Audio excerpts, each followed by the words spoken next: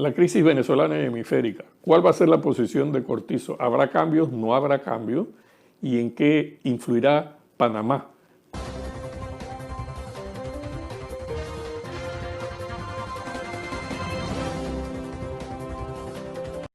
Joyería Pataro y la boutique de la prestigiosa marca Philippe Charoen, única en el continente americano. Ubicada en el Centro Comercial Multiplaza, le ofrece lo mejor en joyería al precio que ustedes buscan.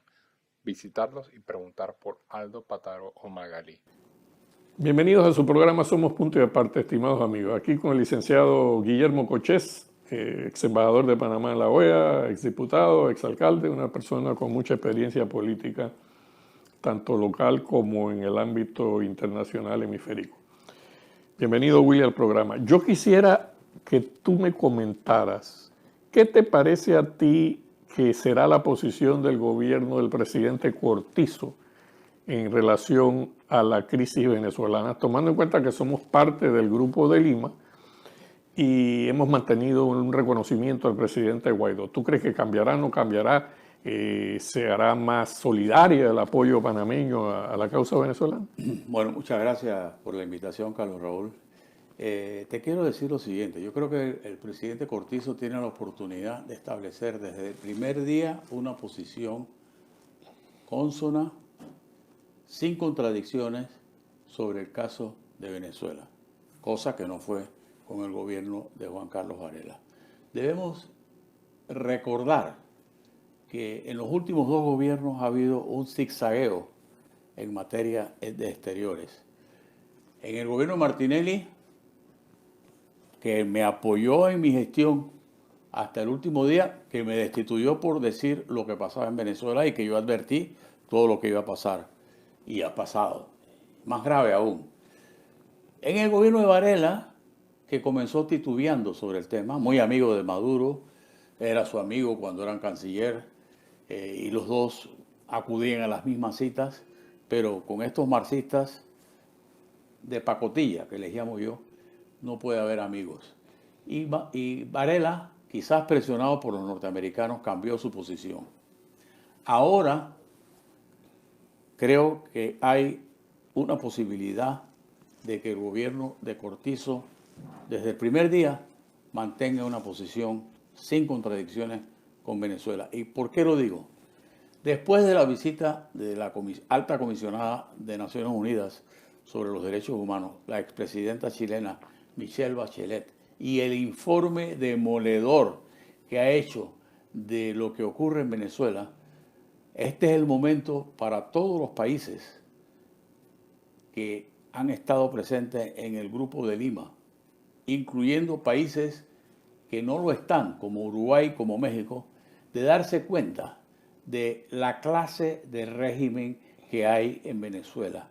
Un régimen opresivo, un régimen que viola los derechos humanos, sobre todo que tortura y mata a sus opositores cuando están detenidos, un régimen que no respeta absolutamente nada, además de la situación caótica, económica, de hambruna total que existe en ese país como consecuencia de quienes dirigen el gobierno involucrados en toda clase de actividades ilícitas, como la droga, como las minas, como la venta de oro por debajo de la mesa, etc. Entonces yo creo que lo único que le queda al gobierno de Cortizo ante esta realidad es la de apoyar cualquier intento opositor de acabar con la dictadura de Nicolás Maduro, para que cese la usurpación y puedan haber en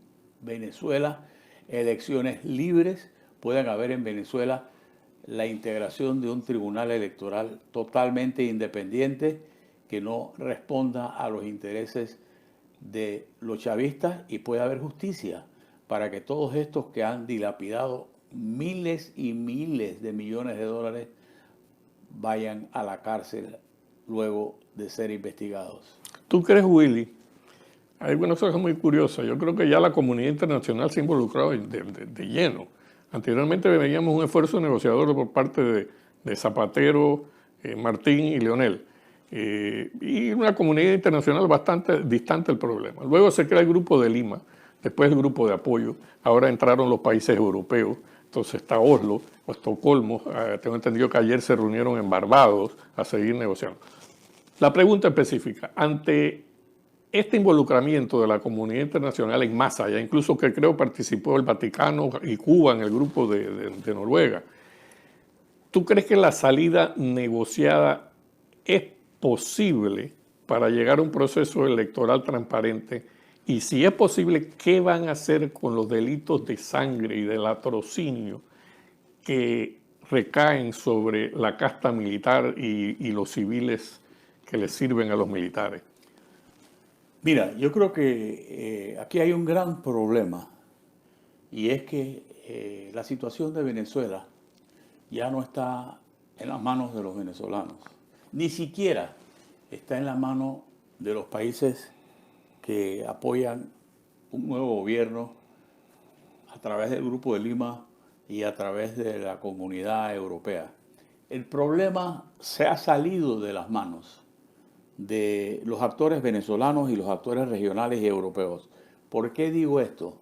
Porque ahora el problema está en las grandes potencias. Estados Unidos, China y Rusia. Y me da la impresión que lo que más le interesa a Rusia es que le compensen todo el apoyo que ha dado al régimen de Maduro y ya aceptaría un cambio de gobierno. Igual ocurre con China, quizás más pragmática, lo que le interesa es buscar mecanismos de que le paguen toda la deuda. Y creo que al final, y lo vaticino quizás, sin mayores elementos para poder opinar esto, pero es lo que yo presiento, terminará un acuerdo donde no esté Nicolás Maduro ni esté Juan Guaidó. Y en ese acuerdo participará el mando militar y participarán algunas personas con mucho prestigio en Venezuela que no están vinculadas ni a uno ni a otro y más bien comprometidas con el sistema democrático. Y de repente, con la participación de la OEA, para la participación de las Naciones Unidas, se puede llegar a este entendimiento buscando los mecanismos que garanticen el final del gobierno de usurpación, las elecciones libres y la instauración de un nuevo gobierno producto de las urnas con la participación de la mayor cantidad de fuerzas políticas en Venezuela. ¿Por qué? Porque el daño que se le ha hecho a Venezuela en materia económica, en materia social, en materia política es tan grande que requerirá de mucho esfuerzo, no solamente de los venezolanos, sino también del mundo entero para ayudarlos. Sé de gestiones que se hacen de parte del gobierno interino de Juan Guaidó para buscar recursos para salvar a PDVSA, otrora el país con más recursos petroleros, con más reservas petroleras, hoy un país que está produciendo menos petróleo que su vecina Colombia, que no tiene ni una centésima parte de las reservas petroleras que tiene Venezuela. Entonces, yo creo que vamos caminando hacia eso con un acuerdo entre las tres grandes potencias. ¿Qué sucedería? Vamos a pintar un escenario negativo, un escenario lúgubre. ¿Qué sucedería en el área si se consolida el régimen de Maduro? ¿Cómo quedaría Colombia, tomando en cuenta que en Venezuela ahorita mismo se acaba de confirmar la inteligencia del ejército colombiano, que es Santrich, uno de los guerrilleros, está en allá, Iván Márquez, uno de los principales dirigentes del antiguo FARC, están ahora ya en una especie de alianza con él. Mire qué cosa curiosa, el Ejército de Liberación Nacional ahora y la FARC se están entendiendo divinamente en Venezuela. Tomando en cuenta que Petro, candidato de izquierda, sacó 9 millones o más de votos y mantiene una línea muy similar a la que podría tener Maduro. Si la dictadura venezolana se consolidara, ¿cuál sería el futuro de Colombia y qué afectaría a Panamá en esta ecuación de una Venezuela que va a necesitar desestabilizar a los vecinos para mantener el control? Bueno, yo veo ese escenario bastante difícil porque yo creo que el deterioro económico, social y político de Venezuela es tan grande que es difícil que se consolide la dictadura de Maduro. Pero vamos a pensar que eso pueda ocurrir o que se mantenga la situación por un largo rato. Eso definitivamente que va a perjudicar a Colombia grandemente. Y hay sectores que les interesa que se perjudique Colombia, inclusive dentro de la misma Colombia, por su enemistad, por su enfrentamiento con el presidente colombiano. Pero creo que nos afectaría muchísimo a nosotros, ya no tanto con la inmigración, sino de Venezuela, sino con la inmigración que va a venir de Colombia, porque todos esos colombianos que se vean desplazados, que tienen hambre, van a tratar de venir a Panamá. Entonces nosotros somos parte del problema, pero somos parte de la solución.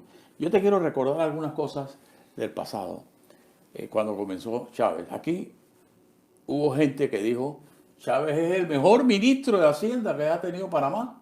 ¿Por qué? Porque con lo que ocurre allá, los venezolanos se vienen para acá. Nos vinieron de las dos clases, lo bueno y lo malo. Porque aquí en Panamá debe haber muchísimos chavistas entroncados con negocios ilícitos. Porque ellos lo hacían allá y los han venido a hacer aquí. Y con cierta connivencia de las autoridades. Yo recuerdo que en el gobierno de Martín Torrijos, yo escuchaba ya cómo los militares venezolanos, ya en el tiempo de Chávez, traían a Panamá a contrabandear petróleo. Inclusive, si en Colombia contrabandean gasolina, que la compran en Venezuela a 10 centavos el galón y lo venden, y en Colombia lo deben vender en 4, ellos lo podían vender en 2 y ahí hay una gran ganancia. Entonces, lo de la zona libre, cómo se prestó la zona libre para lavar dinero de muchos chavistas. Entonces, esa estructura criminal se ha mantenido y además de lo que hay allá, que hay que acabarlo. Mira, a Venezuela, si se sigue la situación como está, terminará ocurriendo una insurrección militar. Ya hemos visto lo que hacen ellos cuando encuentran a uno que quiere salir, lo matan, como el capitán Arévalo, que lo asesinaron en la cárcel, y creo que hay otro en iguales condiciones. Sería fatal que el gobierno no se consolide, sino se mantenga. Y eso va a tener un efecto Brasil, Colombia, Panamá, Chile, Perú, porque ya no hay cabida para más venezolanos. Colombia va a tener que cerrar su frontera y eso va a producir otro estallido, porque ¿qué pasa con toda esa gente? Te lo digo porque ahorita en estos días, a mediados del mes de agosto o a mediados de julio, se va a reunir en Caracas el Foro de Sao Paulo, que es el que fija las estrategias. Primero fue en Sao Paulo, después fue en Habana y este año toca en estos días en Caracas.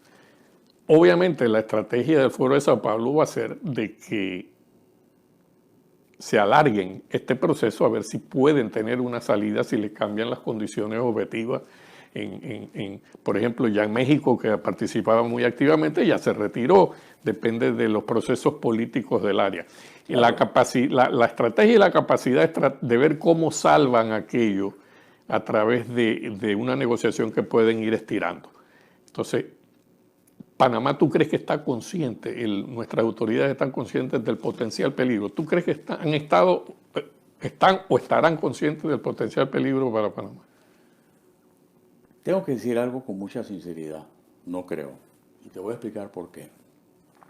En los últimos 10 años, o 15, que ha estado la crisis venezolana en su mayor apogeo, a medida que ha pasado el tiempo se ha ido poniendo peor.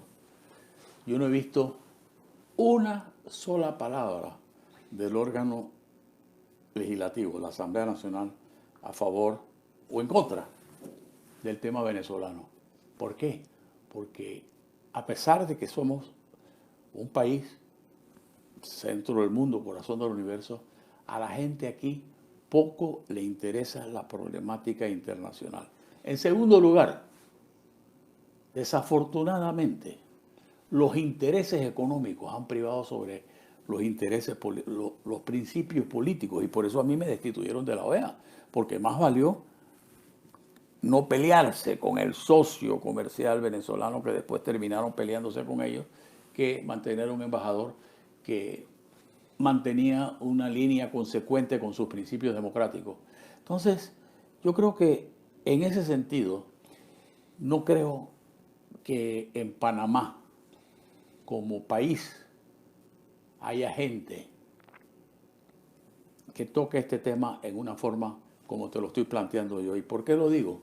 Porque los asesores, la gente preparada que está alrededor del PRD sobre estos temas, no son o no están comprometidos con una línea clara y precisa sobre Venezuela, y van a optar o podrían optar por la línea de México, o volver a plantear que no se meten en los problemas de otros países, poder volver a plantear que busquemos otros medios de diálogo. ¿Qué medios de diálogo tú puedes hablar con esta gente? Entonces, me preocupa esta situación. Sí, a mí también. Sin embargo, yo creo que a nivel de la presidencia, la vicepresidencia, y no hay hay la disposición de mantener a Panamá activo en la búsqueda de una solución, a pesar de que el PRD, como dices tú, debe haber mucha gente con otro tipo de línea, tipo mexicana, pero no creo que van a imperar.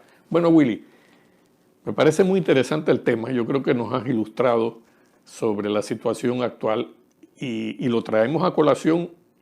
Y este tema, insistimos en él porque, como hemos dejado establecido, Panamá está en el centro de la tormenta y huracán hemisférico. Estimados amigos, somos Punto y Aparte. Si te gustó este programa, dale like y suscríbete. Hasta luego.